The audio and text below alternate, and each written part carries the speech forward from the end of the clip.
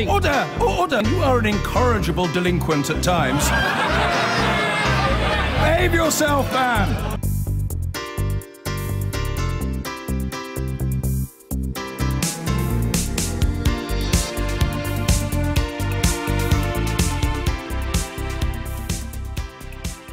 Now, British businesses are hoping for a bonanza from tomorrow's visit by Crown Prince Mohammed bin Salman of Saudi Arabia.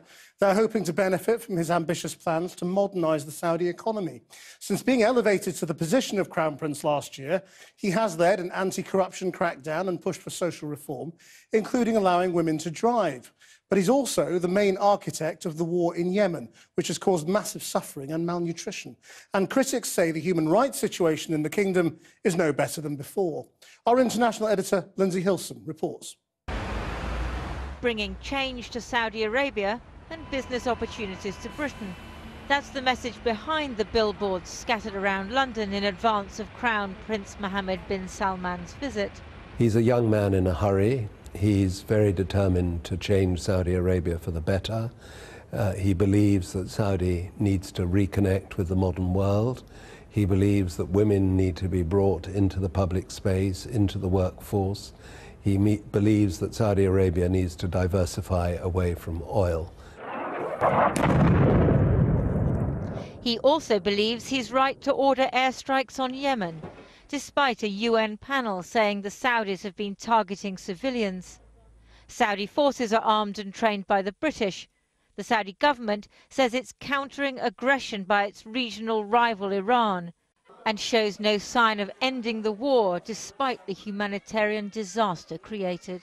I think the Saudi regime and those who provide the Saudi regime with weapons are responsible for the humanitarian crisis. And therefore, Britain has a moral responsibility to restrain Saudi Arabia and push it to seek a diplomatic solution, a political power-sharing arrangement in Yemen, and stop the bombing.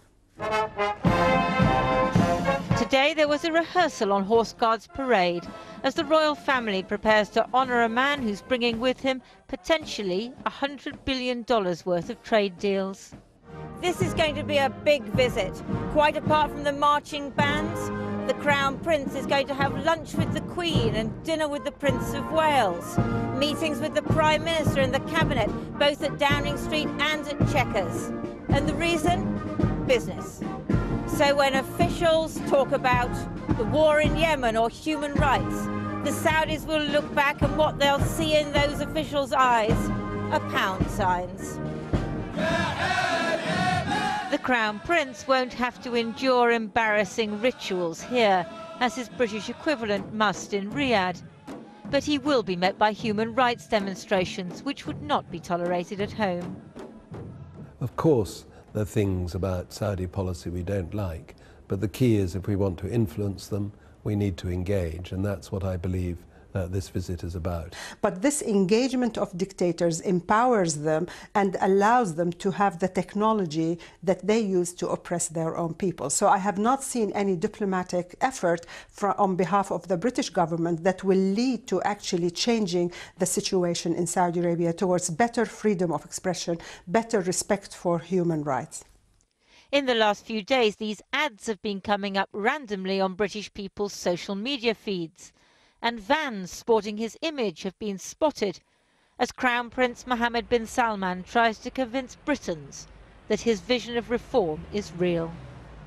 Lindsay Hilson reporting. Let's go to the Saudi prince who is coming and, according to the Times, can expect an angry mob at Downing Street. Yes, I'm sure there will be an angry mob, and there's much to be angry about. Saudi Arabia's record and continuing record of human rights abuses and its continuing human rights abuses is appalling.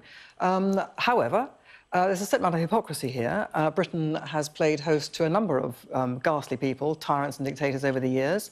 And it's a matter of who is the most fashionable tyrant and who is the most unfashionable tyrant. I mean, Assad came here a few years ago. He didn't come here, but President Rouhani of Iran, under whose aegis more people have been hanged in Iran than ever before, regarded and lionized by people in the West as a reformer. Ho-ho.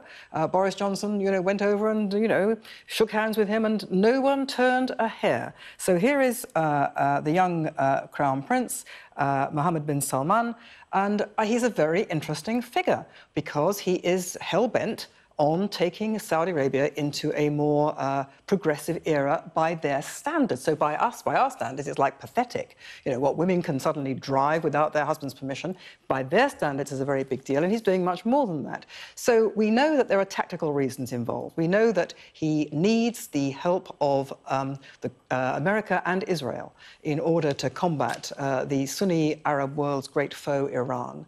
The Saudis and other Gulf states fear that Iran is taking over the region, and it's a fight to the death between them. So there are clearly a tactical alliance involved. But I think Prince Mohammed has said some very interesting things. He has said, for example, I'm in my 30s. All my friends and I believe that Islamic fundamentalism, extremism, Wahhabism has got to end. This is not Saudi Arabia. Now, I think he actually sanitized Saudi Arabia's past. But he didn't have to say that.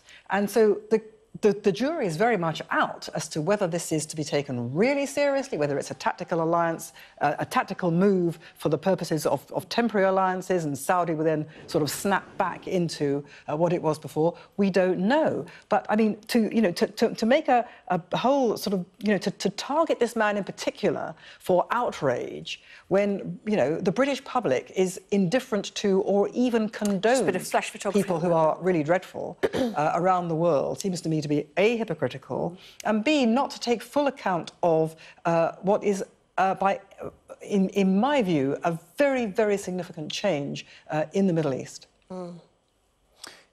It's true that he's a reformer. I think there was a story not so long ago, actually, on women's clothing, and you and I were sat here sort of basically praising him and sort of go, well, praising is probably too strong, but we're certainly saying that this is very encouraging. Cautious optimism. Cautious optimism, yes, which is about as united as we ever get on anything. So no. It's very, very good. It's very, very good indeed. Like that, yeah. So that's to be welcome. I think the reason that the Saudi Arabia triggers these protests so often is just because, especially during the Blair years, it was so plainly and demonstrably hypocritical for the government to hold the views that it did, say, on Iraq, while at the same time chumming up with Saudi Arabia for basically what were security cooperation reasons. And it was just so ghastly in its, and so sort of monumental in its hypocrisy, that it's become this totemic issue of foreign policy, of the sort of betrayal on foreign policy, and that continues regardless of the actual individual who happens to be... And you add Yemen to the mix as well, and well, have a reason to protest, I suppose. But it will be very, very interesting, I think.